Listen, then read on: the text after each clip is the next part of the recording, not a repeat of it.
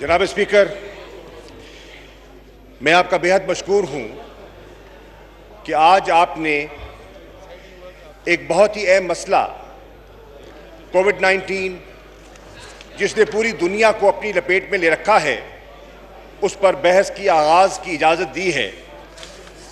ये ऐवान और सारी कौम जानती है कि आज न सिर्फ पाकिस्तान बल्कि पाकिस्तान जैसे 209 ममालिक इस कर्ब की कैफियत में मुब्तला हैं। Sir, the house is not in order. तमाम मोअज़्ज़िज़ अरकान से मेरी गुजारिश होगी कि आपस में बातचीत ना करें। बहुत अहम मसला है, इस मसले के लिए इजलास बुलाया गया है, उस पर तवज्जो दें और गौर से बात सुनें। जी शाह महमूद कुरैशी साहब। जनाब वाला, जैसे कि आपके इल्म में है कि पिछले दिनों में पाकिस्तान की मुख्तलिफ सियासी जमातों की क़यादत ने एक मशावरत की बैठक की और सब इस नतीजे पे पहुँचे कि हमें अपना किरदार अदा करना चाहिए, इस पार्लियामेंट को अपना किरदार अदा करना चाहिए। पाकिस्तान एक पार्लिमानी निज़ाम के तहत पूरा निज़ाम चलाया जा रहा है और उस पार्लिमानी निज़ाम में जो पार्लियामेंट की अहमियत है उसे कोई इनकार कर नहीं सकता। चुनांचे इस जज्बे को सामने रखते हुए हुकूमत ने ऑपोजिशन की आरा को अहमियत देते हुए और जो हुकूमती बेंचेस के साहिबान हैं उनकी राय को मुकद्दम समझते हुए फैसला किया कि हम एक इजलास मुनक़िद करें, एक यकनुकाती एजेंडे का इजलास मुनक़िद करें जिसमें सारे मेंबरान अपनी इनपुट आपकी खिदमत में, ऐवान की खिदमत में पेश करें और वो इनपुट जो है वो नेशनल स्ट्रैटेजी जो मुरत्तब की गई है उसमें उसको परो दिया जाए ताकि हम खूब से खूबतर की तलाश में आगे बढ़ सके। जनाब वाला, मैं सबसे पहले इस ऐवान के सामने एक जिसे कहते हैं एक बैकग्राउंड कोविड-19 का आपकी खिदमत में रखना चाहूँगा।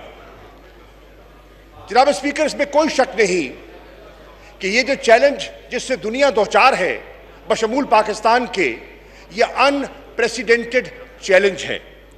जनाब वाला, इसमें भी कोई शक नहीं कि दूसरी जंग अजीम के बाद दुनिया ने इतना बड़ा बहरान नहीं देखा जो आज दुनिया जिससे दो चार है। अभी तक मुख्तलिफ तदाबीर अपनाई जा रही हैं, लेकिन जितने माहिरीन हैं वो इस बात पर मुत्तफिक हैं कि इसका असली हल और इससे नजात तब मिलेगी जब हम इसका कोई क्योर तलाश कर लेंगे और उसका क्योर जो है एक वैक्सीन की शक्ल में जब तक हमारे सामने नहीं आ जाता तो हम मुख्तलिफ एक्सपेरिमेंट्स के ज़रिए इसके स्प्रेड को कंटेन करने की कोशिश हम भी कर रहे हैं और पूरी दुनिया कर रही है। ख्याल है कि वैक्सीन के आने में गालिबन 18 माह से 2 साल का पीरियड शायद लग जाए। अगर ये इतना अरसा दरकार है तो इस दुनिया ने और दुनिया के माशी पहिए ने भी चलना है, तो इसलिए हमें मिल बैठकर तदाबीर सोचनी होंगी, हमें मिल बैठकर हिकमत अमली अपनानी होगी जिससे कि हमारे रोज़मर्रा के मामूल के काम जो हैं वो आगे बढ़ सके। जनाब वाला, इस वक्त कैफियत ये है कि मैं अर्ज़ कर चुका कि 200 कम अज़ कम 9 मुल्क इस वबा में मुब्तला हो चुके हैं। इस वक्त कैफियत ये है कि तकरीबन 40 लाख से ज़्यादा लोग इस मर्ज से मुब्तला हो चुके हैं, इस मर्ज में मुब्तला हो चुके हैं। और इस वक्त कैफियत ये है कि इस मर्ज ने 2,80,700 अमवात इसकी नज़र हो चुकी हैं और लुक़मा अजल हो चुके हैं। जनाब वाला, इस वक्त कोई जब ये ग्लोबल पेंडेमिक सामने आया तो पाकिस्तान को एक तरफ रख दीजिए, कोई दुनिया की हुकूमत ऐसी नहीं थी जो मुकम्मल तौर पर इससे नबर्द आज़मा होने के लिए तैयार दिखाई देती हो। और ये आपके सामने मिसालें हैं। हमसे ज़्यादा मुअस्सर माली तौर पर जो मुस्तहकम मईशतें हैं, हमसे ज़्यादा जिन ममालिक के गवर्नेंस स्ट्रक्चर्स मुस्तहकम हैं, उनकी मेरी मिसाल भी तमाम मोअज़्ज़िज़ आपके अरकान सामने से है। गुजारिश है कि एक एक नशिस्त का फासला रखें, और ये जो ख्वातीन पीछे बात कर रही हैं, अगर ज़रूरी बात है तो बाहर जाके आप बात करें, या एक एक नशिस्त का फासला रखें और गौर से इस बहस को सुने। आप मास्क भी पहने, और जिसने अगर मजलिस करनी है तो ईवान से बाहर चला जाए और वहां पे मजलिस करे। जी जनाब। शुक्रिया जनाब स्पीकर। महमूद कुरैशी साहब। तो मैं अर्ज कर रहा था, मैं आपके सामने एक ग्लोबल जायजा रख रहा था, और उसके बाद मैं आपकी खिदमत में अर्ज करना चाहता हूं, वेयर डज पाकिस्तान स्टैंड। और पाकिस्तान को प्लेस करने से पहले आपका एक तकाबली जायजा आपकी नजर होना चाहिए। और तकाबली जायजा यह है कि इस वक्त दुनिया में जो अमवात हो रही हैं कोरोना वायरस की नजर जो लोग हुए हैं, उसकी कैफियत यह है कि अमेरिका जैसा मुस्तहकम खुशहाल, जिसका कि हेल्थ केयर सिस्टम बहुत एडवांस्ड है, उसकी कैफियत यह है कि 80,000 से ज्यादा अमवात अमेरिका में हो चुकी हैं। इस वक्त कैफियत यह है कि बरतानिया में 31,000 से ज्यादा अमवात हो चुकी हैं। इस वक्त कैफियत यह है कि इटली जैसे मुल्क में 30,000 से ज्यादा अमवात हो चुकी हैं, और फ्रांस जैसे मुल्क में 26,000 से ज्यादा अमवात हो चुकी हैं। यह है दुनिया की कैफियत, यह है दुनिया के हालात। अगर आप इसका मवाजना पाकिस्तान जैसे मुल्क से करें जो तरक्की पजीर मुल्क है, जिसके वसाइल भी महदूद हैं, तो जनाब स्पीकर, जिसका हेल्थ केयर सिस्टम खासा फ्रेजाइल है, तो उसके बरक्स अगर पाकिस्तान की कैफियत देखें तो पाकिस्तान की कैफियत यह है कि 10 मई तक पाकिस्तान में 661 अमवात हो चुकी हैं। पाकिस्तान में इस वक्त कोई 29,000 से कुछ ज्यादा केसेस हैं, कंफर्म्ड पॉजिटिव केसेस हैं, और पाकिस्तान में 8,023 के लगभग लोग ऐसे हैं जो इस मर्ज में मुब्तला हुए लेकिन इसका मुकाबला करके सेहतयाब भी हो चुके हैं। जनाब वाला, मैं आपके सामने अर्ज करना चाहता हूं कि पाकिस्तान में कोरोना वायरस का पहला केस जो डायग्नोज होता है उसकी तारीख है 26 फरवरी, और कराची में वो डायग्नोज होता है।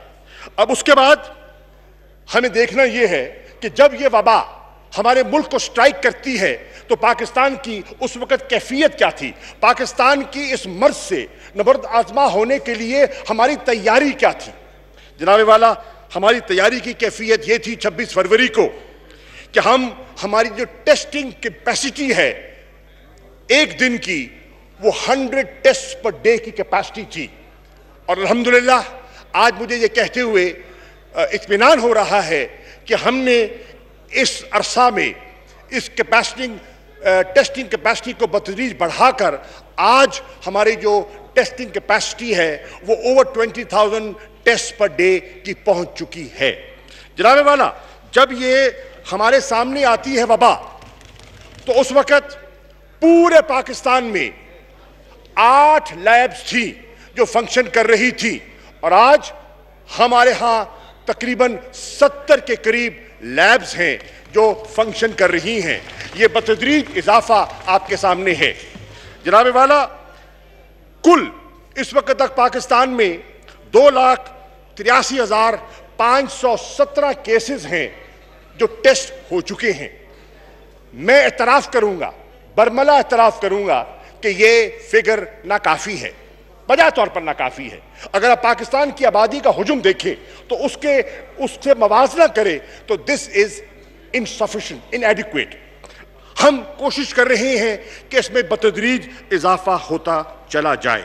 जनाब वाला, अब इंशाअल्लाह जैसे जैसे हमारी कैपेसिटी में इजाफा होगा तो आप देखेंगे हमारे जो सूरत हाल है वो वैसे वैसे अया होती चली जाएगी। लेकिन इस वक्त भी अगर पाकिस्तान का मवाजना किया जाए साउथ एशिया के दीगर ममालिक से, तो आज भी जो आज हमारी कैफियत है, तो इस कैफियत को सामने रखें तो पाकिस्तान की जो टेस्टिंग एबिलिटी है, टेस्टिंग कैपेसिटी है, वो साउथ एशिया में सबसे ज्यादा है। As I stand and speak to you, we are ahead of other South Asian countries.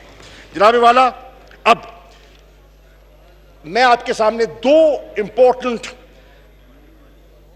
हकायक जो हैं वो रजिस्टर कराना चाहता हूं, क्योंकि आपने डिबेट का आगाज करना है और हमने आपकी इनपुट से मुस्तफीद होना है। जनाब वाला, पहली बात तो ये है, जब हम डिबेट करते हैं तो हमें ज़हननशी करना होगा कि जो हेल्थ का सेक्टर है ये बुनियादी तौर पर 2010 में डिवॉल्व हो चुका है और इसका बुनियादी जिम्मेदारी सूबाई हुकूमतों को मुंतकिल हो चुकी है 18वीं तरमीम के बाद। जनाब वाला, अगर हम इस बहस का जब आगाज करते हैं तो हमें ज़हननशी करना होगा कि इस अरसे में हमारे दो अहम सियासी जमातों के कायदीन तशरीफ फरमा है। इन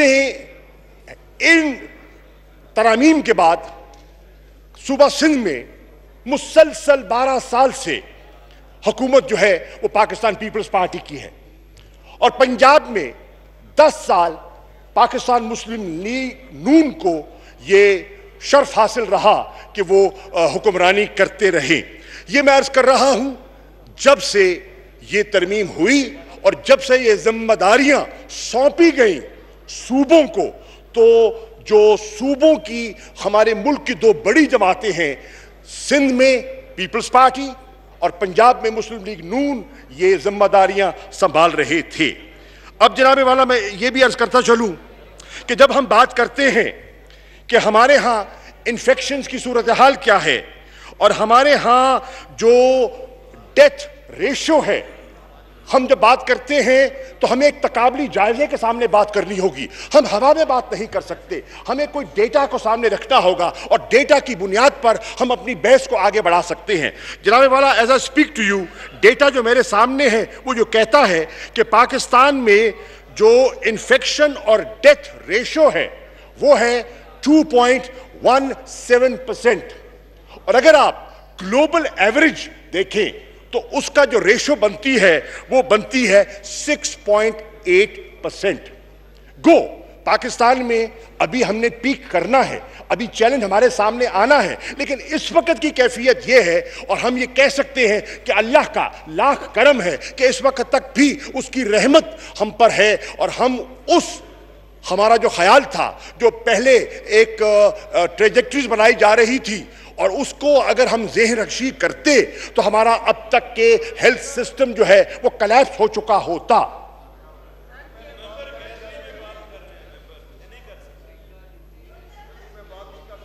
ज़िले उमा मोहतरमा, आप ये बाहर चली जाएं या यहाँ पे इस तरह बात ना करें आप। जी, रूल अलाउ नहीं करता।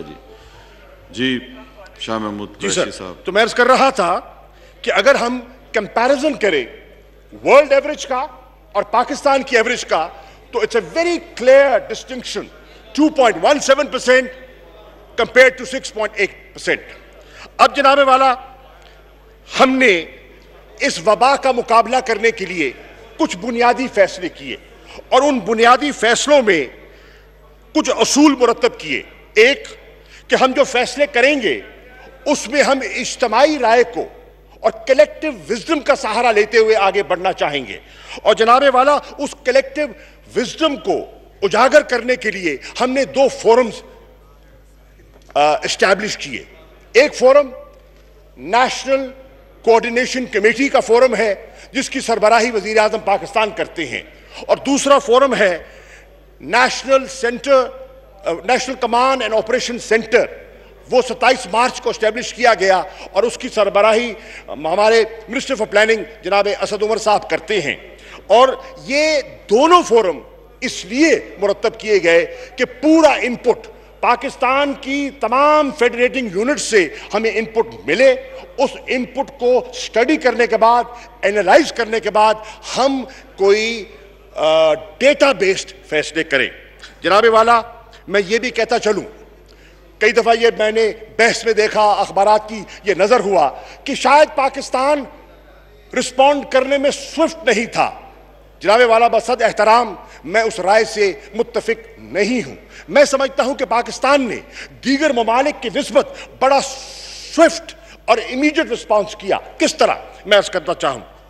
जनाबे वाला, जब यह वबा सामने आती है तो पाकिस्तान की हुकूमत फिलफॉर फैसला करती है, नेशनल सिक्योरिटी कमेटी का इजलास बुलाती है, एक स्पेशल इजलास बुलाया जाता है और उस इजलास में न सिर्फ नेशनल सिक्योरिटी कमेटी के मेंबरान बल्कि स्पेशल इन्विटेशन एक्सटेंड किए जाते हैं। वजीर आला सिंध को बुलाया जाता है, वजीर आला पंजाब, वजीर आला बलूचिस्तान, वजीर आला खैबर पख्तूनख्वा, वजीर आला गिलगित बल्तिस्तान और आज़ाद कश्मीर के वजीर आज़म को स्पेशली बुलाया जाता है कि उनके ख्यालात से मुस्तफ़ीद होकर हम आगे बढ़े।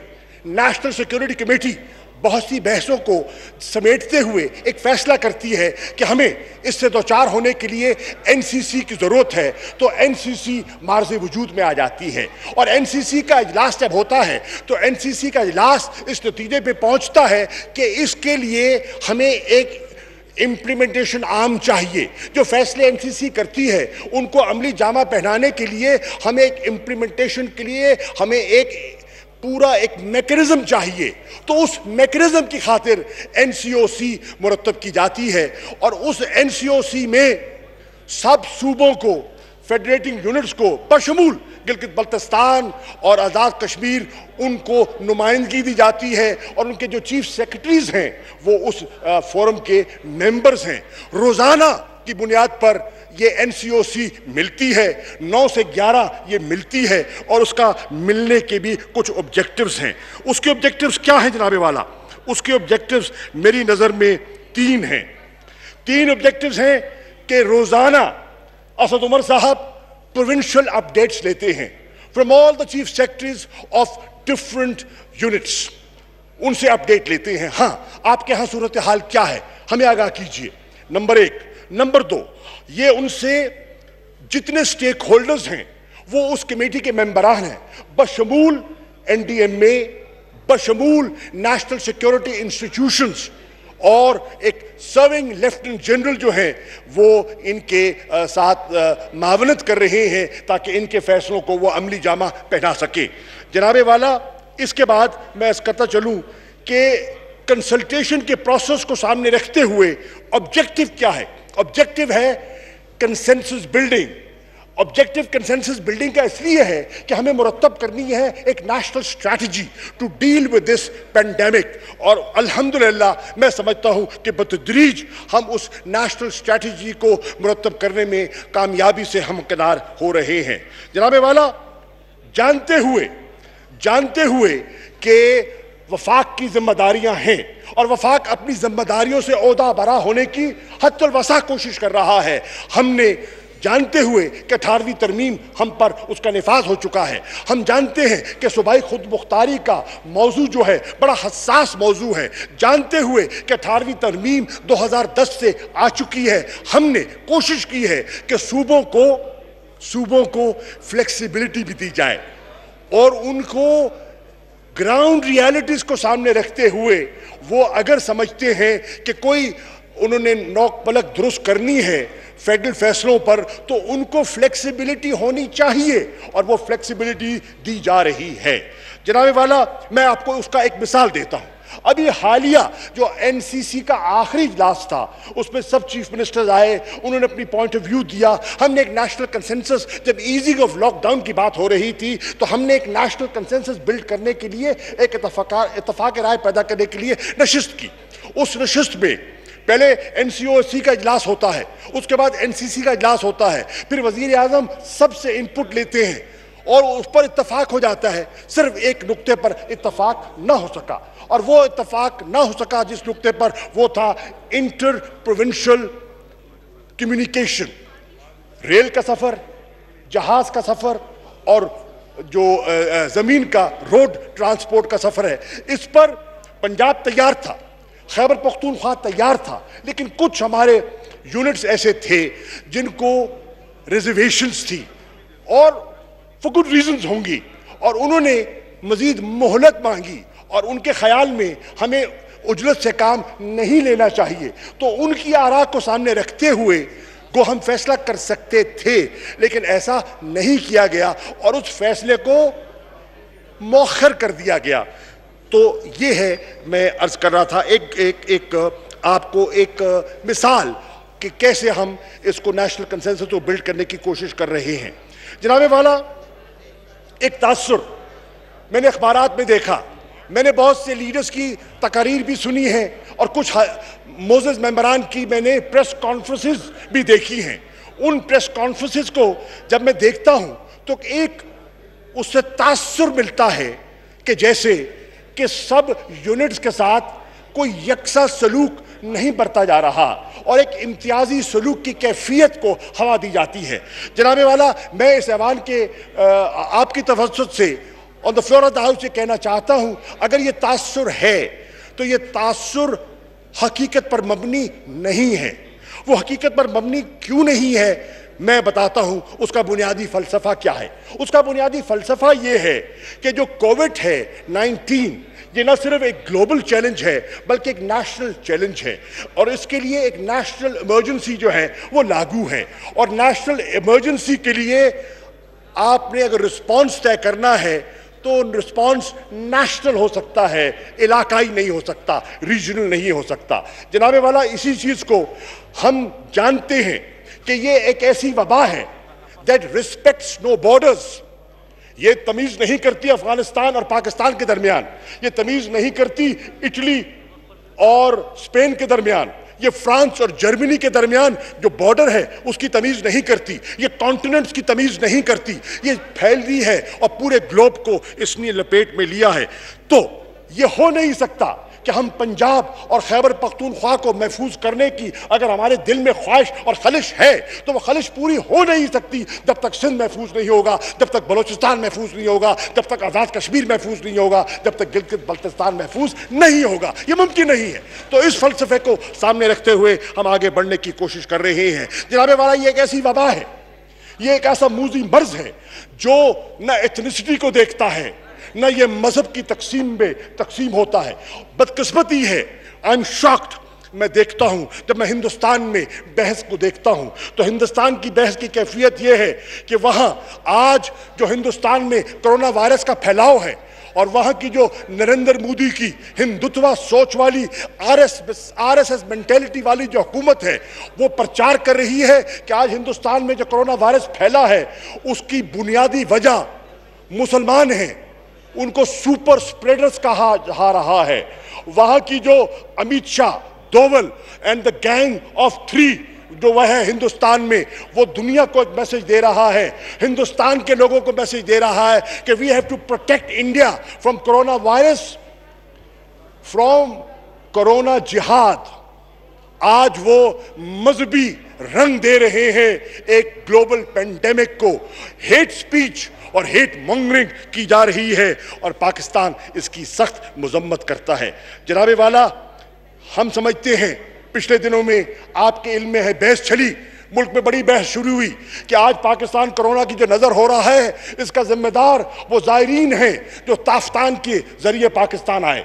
तो मैं इसकी भी वजाहत करना चाहता हूं कि ताफ्तान की जो कैफियत है बलोचिस्तान के लोग मुझसे बेहतर समझते हैं, एक छोटा सा, आप बेहतर समझते हैं, आपका ताल्लुक उस सूबे से है। वो छोटा सा एक गांव है जहां एक BHU की फैसिलिटी जो है हेल्थ की है और वहां बॉर्डर पर ईरान से लोग आते हैं, उनका एक जमकटा इकट्ठा हो जाता है, 4 से 5 हजार लोग वहां भेज दिए जाते हैं कुम से सफर करके। 15 घंटे का सफर है कुम से ताफ्तान तक, वो आते हैं, इज्तिमा की शक्ल में आते हैं और ताफ्तान पे जमा हो जाते हैं। मैं खुद ईरान के वजीर खारजा से बात करता हूं, उनसे दरख्वास्त करता हूं कि बराए करम आप जरा ठहरिए, जरा इंतजार कीजिए ताकि हम अपनी क्वारंटीन फैसिलिटीज बना सके। हमारे पास मुनासिब इंतजामात नहीं है। वो कहते हैं कि हाँ हम ताउन करेंगे, लेकिन बदकिस्मती से क्योंकि उन पर इतना दबाव था और वो सैंक्शन से मुतासरा मुल्क है तो उन्होंने दरवाजे खोलकर and they pushed 4,000 to 5,000 people into Pakistan, and Pakistan had to handle those 5,000 Pakistanis who belong to this country. We cannot disown them, we had to own them. और हमने देखा कि उस कैफियत में जो से बेहतर हम कर सकते थे हमने किया। बलोचिस्तान की हुकूमत को मैं खराज तहसीन पेश करना चाहूँगा। कस्बा पुस्ती के आलम में उन्होंने जिस तरह उन लोगों की हिफाजत की, मैं उनको खराज तहसीन पेश करना चाहूँगा। जनाबे वाला, मैं मुल्तान के लोगों को खराज तहसीन पेश करना चाहूँगा। पंजाब की सबसे बड़ी क्वारंटीन जो है मुल्तान में कायम की जाती है और ताफ्तान के 1250 लोग मुल्तान मेज़बानी करता है। अल्हम्दुलिल्लाह आज उस क्वारंटीन में एक भी मरीज नहीं है, सब खैरियत से अपने घरों को जा चुके हैं अल्हम्दुलिल्लाह। जनाबे वाला, मैं अर्ज करता चलूं, फिर हमारे मुल्क में यह भी बात आई कि जो कोरोना है तबलीगियों की नजर कर दिया गया, तबलीगियों पर उंगली उठाई गई। ये भी सितम ज़रीफ़ी है कि हमने किस तरह किस जावियों से हमने इस ग्लोबल पेंडेमिक को एड्रेस करने की कोशिश की है। बहरनो मैं आगे बढ़ना चाहता हूँ। जनाबे वाला, ये मैं कहना चाहूँगा कि वो जो सूबे कहते हैं कि इम्तियाजी सलूक बढ़ता जा रहा है, बसात एहतराम ये दुरुस्त नहीं है।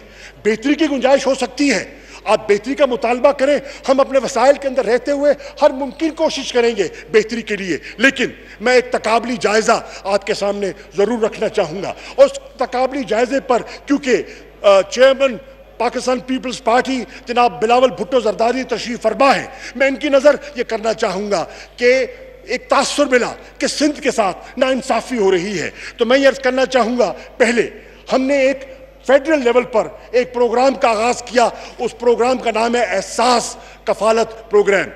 एहसास कफालत प्रोग्राम किसी एक सूबे तक महदूद नहीं है, वो पूरे पाकिस्तान पे लागू होगा।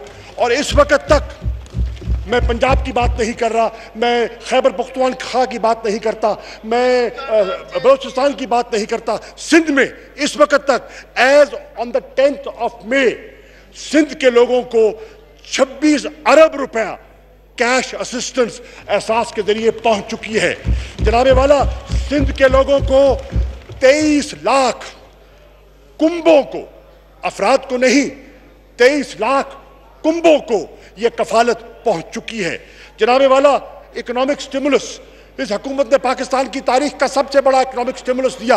1.2 ट्रिलियन रुपीस का इकोनॉमिक स्टिमुलस कौम के सामने रखा गया। जानते हुए हमारी माली कैफियत क्या है, हमने अपने हत्तुल वसाइल जो हैं उनका रुख इस बीमारी से दो चार होने की तरफ हमने सर्व करने की कोशिश की है। और इसमें सब सूबों को वफाकी हुकूमत इंशाअल्लाह उनका हिस्सा बहिसाब जुस्सा उनको दिया जाएगा।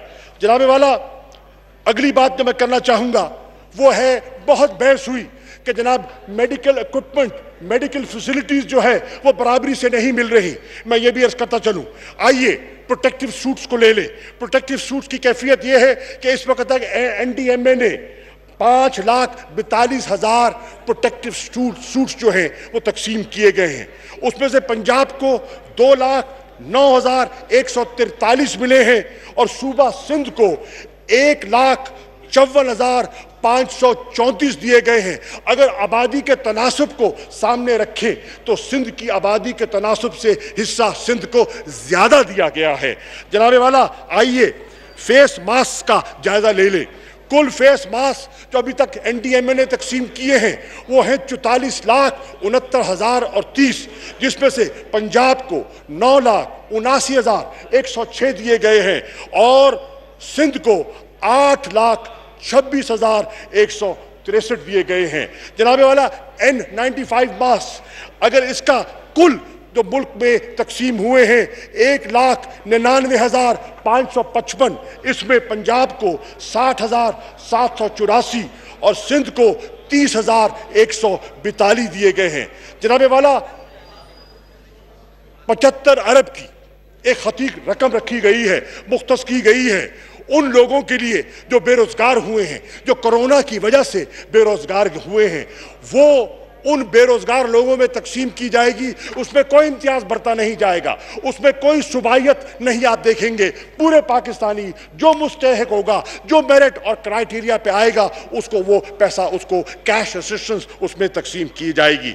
जनाबे वाला, बिजली के बिलों की रिलीफ को देख लें। अगर बिजली के बिलों की रिलीफ को देख लें तो 40,000 सनतों को वफाक की हुकूमत ने रिलीफ दिया है और वो सारे सूबों में है। अगर आप देखें तो 7,70,000 कमर्शियल कंज्यूमर्स को रिलीफ दिया गया है और 7,70,000 कमर्शियल कंज्यूमर्स जो हैं वो सारे पाकिस्तान में फैले हुए हैं। जनाबे वाला, यूटिलिटी स्टोर्स को ले लें। यूटिलिटी स्टोर्स के लिए 50 लाख की खतीर रकम रखी गई है।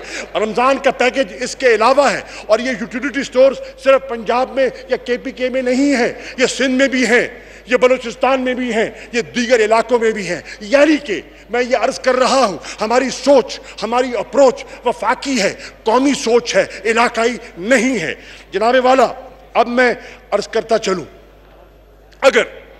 अगर यह ऐवान वसाइल को मद्देनजर रखे तो फिर एक बेंचमार्क नेशनल फाइनेंस कमीशन का है, और नेशनल फाइनेंस कमीशन के बेंचमार्क की तफसीलात में जाने की वक्त इजाजत नहीं देता, वक्त के दामन में गुंजाइश नहीं है। लेकिन जनाबे वाला, जब बजट आएगा तो बात कर ली जाएगी। लेकिन उसकी कैफियत यह है कि आज उस NFC अवार्ड की नजर यह है कि जितने सूबे जो माजी में डेफिसिट हुआ करते थे, आज वो सूबे सरप्लस सूबे हो गए, और वो जो मरकज है वो तकरीबन इंसॉल्वेंट हो चुका है।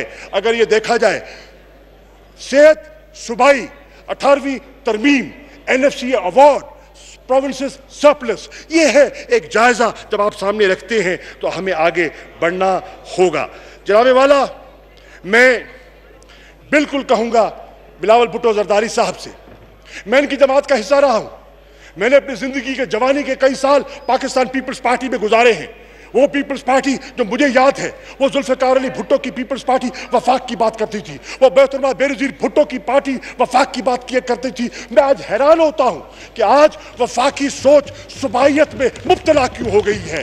आज हमारी सोच एक रीजन तक महदूद क्यों हो गई है। आपका तो लिबादा वफाक का लिबादा था, आज आप सूबाई। हाँ, पीपल्स पार्टी से वफाक की खुशबू आया करती थी, और आज मैं सूबाई तासुब की बू जब देखता हूं तो मुझे तशवीश होती है, और मैं समझता हूं कि इसमें हमें नजरसानी करनी होगी। जनाबे वाला,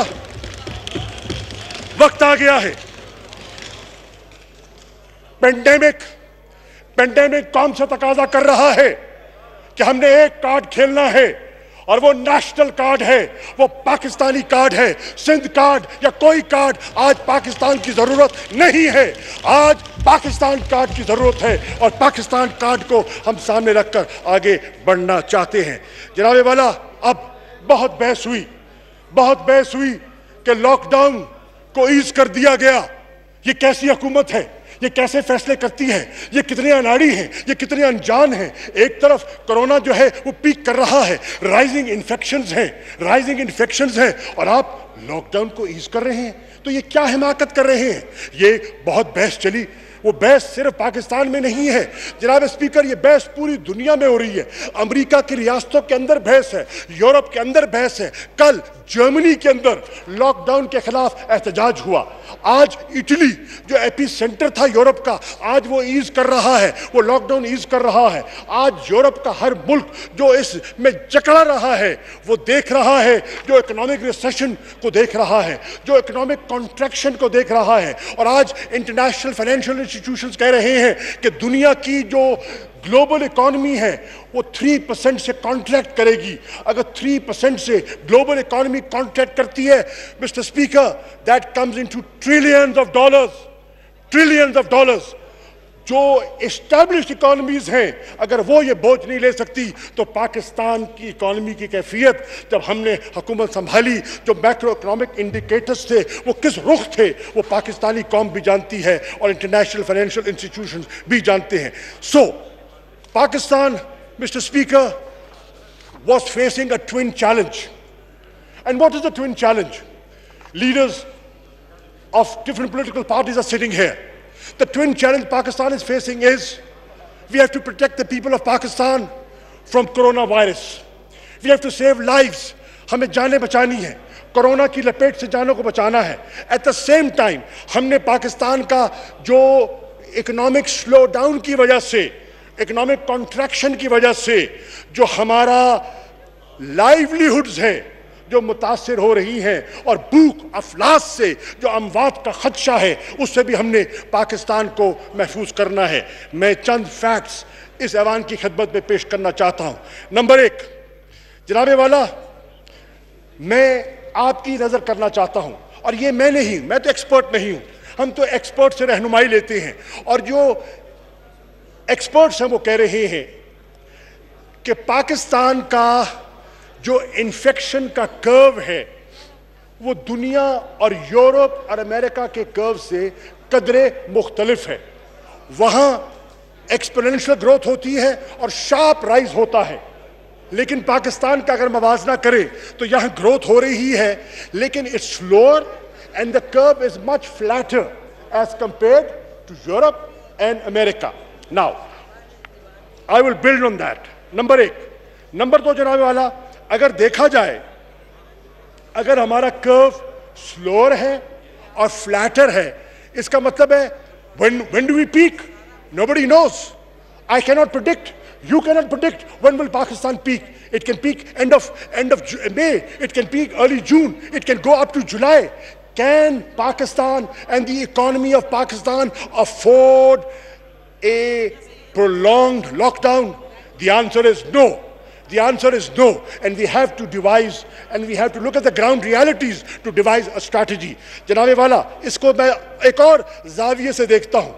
अगर हम देखते हैं पाकिस्तान का डेथ रेट इस वक्त तक, तो 2 अमवात होती है पर 1 मिलियन, और अगर मैं इटली से मवाजना करूं तो इटली का जो फैक्ट और फिगर सामने है वो है 414 अमवात पर मिलियन। तो ये है डेटा, एंड डेटा स्पीक्स, और जब डेटा बोलता है तो हमें सुनना चाहिए और अपनी हिकमत अमली को डेटा के मुताबिक एडजस्ट करना चाहिए। जनाबे वाला, हमने ये भी देखा, और मैं खराज तहसीन पेश करना चाहूँगा मुराद अली शाह साहब को। मुराद अली शाह ने अच्छा काम किया तो हमें दाद देनी चाहिए, हमें कोई आर नहीं है, हमें कोई घबराहट नहीं है किसी की तारीफ करने में, क्योंकि ये मसला कौमी है। और लेकिन मैं कहता चलूँ, पूरी कौम इस बात की गवाह है कि मुराद अली शाह की कोशिश के बावजूद, मुराद अली शाह की नेक तमन्नाओं के बावजूद, सिंध में लॉकडाउन जो कहते हैं वो उस तरह से मौसर नहीं हो सका जिस तरह वो चाहते थे। डिफेंस में हुआ, क्लिफ्टन में हुआ, लियारी में नहीं हुआ, स्लम्स में नहीं हुआ, कच्ची आबादियों में नहीं हुआ, रूरल सिंध में नहीं हुआ। थरपारकर, उमरकोट, पीर जो गोट की कैफियत आपके सामने है, और पीर जो गोट की पूरी कौम ने देखा कि वहाँ कैफियत क्या है। जनाबे वाला, हमने देखना यह है कि अगर हम उस प्रोलॉन्ग लॉकडाउन की तरफ जाते हैं तो मुझसे ज़्यादा असद उमर साहब बता सकते हैं। हमारे माहिरीन ने कहा था, पाइट ने कहा, इकोनॉमिस्ट ने कहा कि पाकिस्तान में सिर्फ कोरोना की वजह से जो एडिशनल ले ऑफ्स हैं वो हो जाएंगे 18.6 मिलियन, 18.6 मिलियन ले offs. That was the danger.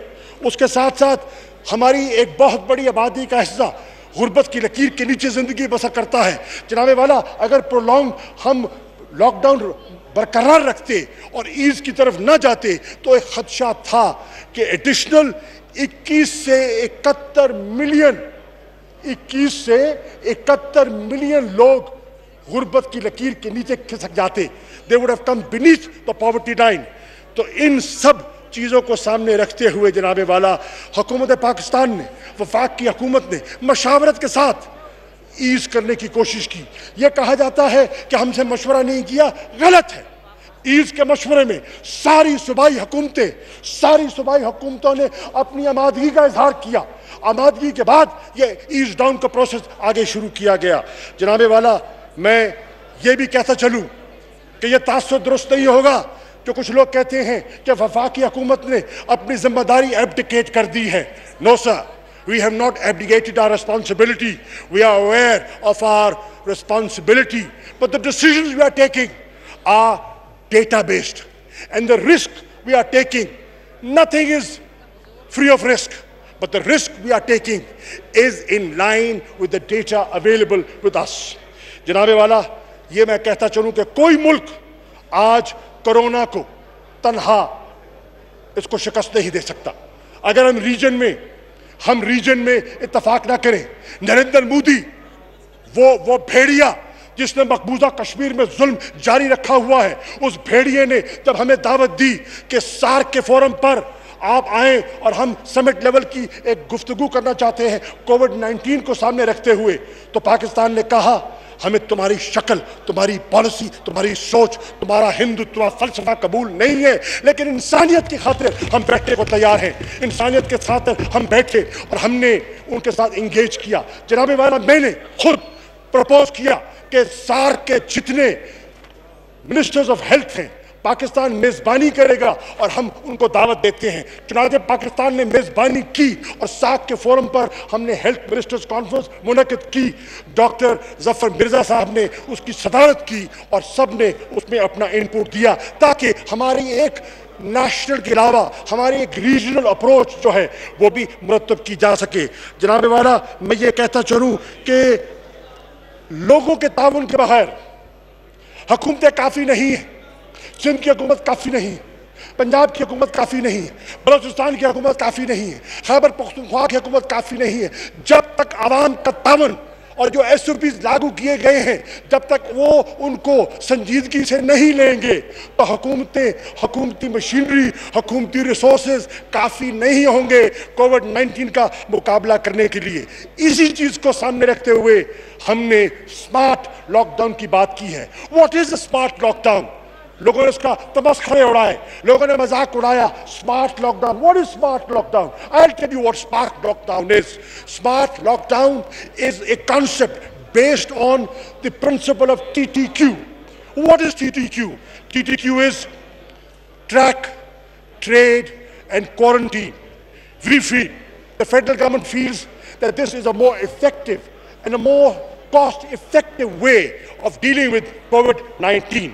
जनाब वाला, इसके लिए मैं गुजारिश करूंगा कि हमें बिल्कुल हमने रास्ता निकाला है, कौम पे तबाद में लिया है, सूबों का तबाद में लिया है और हमारी ख्वाहिश है कि मुल्क की मईशत भी बच जाए और जानें भी बच जाएं। लेकिन खुदा न खास्ता अगर हुकूमत ने महसूस किया कि लोग तावन नहीं कर रहे और अमवात में इजाफा होता है, बेजा इजाफा होता है, तो नजरसानी का इस्तेकाक हम रखते हैं। सो इन कंक्लूजन मिस्टर स्पीकर, हमने हुकूमत पाकिस्तान ने, बहुत से लोगों ने कहा इजलास मत बुलाओ, बहुत से लोगों ने कहा इजलास मत बुलाओ, बड़ा खतरनाक होगा, लेकिन हमने फैसला किया, आपकी आरा से मुस्तफीद होने के लिए फैसला किया कि हम अकल कुल नहीं हैं और हम चाहते हैं, हम आपका पार्लियामेंट का इनपुट चाहते हैं और आपके इनपुट को हम उससे हासिल करना चाहते हैं। वक्त गुजर गया, ब्लेम गेम हो गई, 2.5 महीने ब्लेम गेम होती रही। हर टॉक शो पे आपने एक दूसरे पर नुक्ते कसे, हर टॉक शो पे हमने पगड़ियां उछाली। आज पगड़ी उछालने का वक्त नहीं है। आज कौम की आवाम, पाकिस्तान की आवाम तकाजा कर रही है कि पाकिस्तान की क़यादत जिम्मेदारी का सबूत दे और मुझे यकीन है कि पाकिस्तान की क़यादत जिम्मेदारी का सबूत देगी। जनाब वाला, मेरी गुजारिश ये है कि आपकी तरफ से आपकी डिबेट जब होगी इंशाअल्लाह, ख्वाजा आसिफ साहब उसका आगाज़ फरमाएंगे, तो जो होगी हम इंशाअल्लाह, ख्वाजा साहब मैं आपकी खिदमत में अर्ज़ करना चाहता हूँ, एक एक आपका जुमला गौर से सुना जाएगा, बिलावल भुट्टो का एक एक जुमला गौर से सुना जाएगा और अगर आपकी आरा में मुस्तफीद तजावीज़ हैं तो यकीन जानिए हम उसको अपनी स्ट्रैटेजी में इनकॉर्पोरेट करेंगे। हम यकीन जानिए कि उससे मुस्तफीद होने की इंशाअल्लाह ज़रूर कोशिश करेंगे। क्यों? क्योंकि नेशनल क्राइसिस है और नेशनल क्राइसिस के लिए नेशनल कंसेंसस दरकार है। और जनाब वाला, आखिरी बात, हमारे पाकिस्तानी, स्टैंडर्ड पाकिस्तानी, वो पाकिस्तानी जिनके बलबूते पर इस मुल्क की मईशत चलती है, जिनकी तरासील से पाकिस्तान की मईशत का पहिया घूमता है, उसमें आज 1,10,000 पाकिस्तानी, 1,10,000 पाकिस्तानी दयारे गैर में, कस्बा पुरसी के आलम में, वीज़े ख़त्म हो गए, जेबें खाली हैं, वो पाकिस्तान आने के लिए तरस रहे हैं और हुकूमत पाकिस्तान उनके लिए कोशिश कर रही है। हम 20,000 के करीब लोगों को वापस ला चुके हैं, हम उसमें इजाफा चाहते हैं, लेकिन जनाब वाला, वफाकी हुकूमत इजाफा नहीं कर सकती जब तक सिंध तावन नहीं करेगा, जब तक पंजाब तावन नहीं करेगा, जब तक खैबर पख्तूनख्वा तावन नहीं करेगा, जब तक ये हमें अपनी सहूलतों से मुयस्सर नहीं होंगे और क्वारंटीन कैपेसिटी को इजाफा नहीं करेंगे या हमें होम क्वारंटीन की इजाज़त नहीं देंगे, तो हम जो 7,000 लोग हर हफ्ते ला रहे हैं उसकी कैपेसिटी को बढ़ा के 12,000 तक ले जाएं, तो जनाब वाला उस वक्त तक वो पाकिस्तानी जो आपकी मईशत को सहारा देते हैं। हर आड़े वक्त पे जलजला आए, फ्लड आए, वो आपकी आवाज़ पर लब्बैक कहते हैं। वो आज इस रवान की तरफ देख रहे हैं, वो आज सूबाई हुकूमतों की तरफ देख रहे हैं कि सूबाई हुकूमतें उनके साथ क्या सलूक करती हैं। मैं वफाक की तरफ से, मैं वसीयत पाकिस्तान के वज़ीर ख़ारजा आपसे मुद्दबाना अपील करता हूँ कि नज़रसानी कीजिए और उन पाकिस्तानियों को मुल्क आने के लिए उनके लिए मौक़े मुयस्सर कीजिए। जनाब वाला, मैं इन्हीं अल्फाज के साथ आपका और मोअज़्ज़ज़ मेंबरान का शुक्रिया अदा करता हूँ। पाकिस्तान जिंदाबाद। बहुत शुक्रिया जी।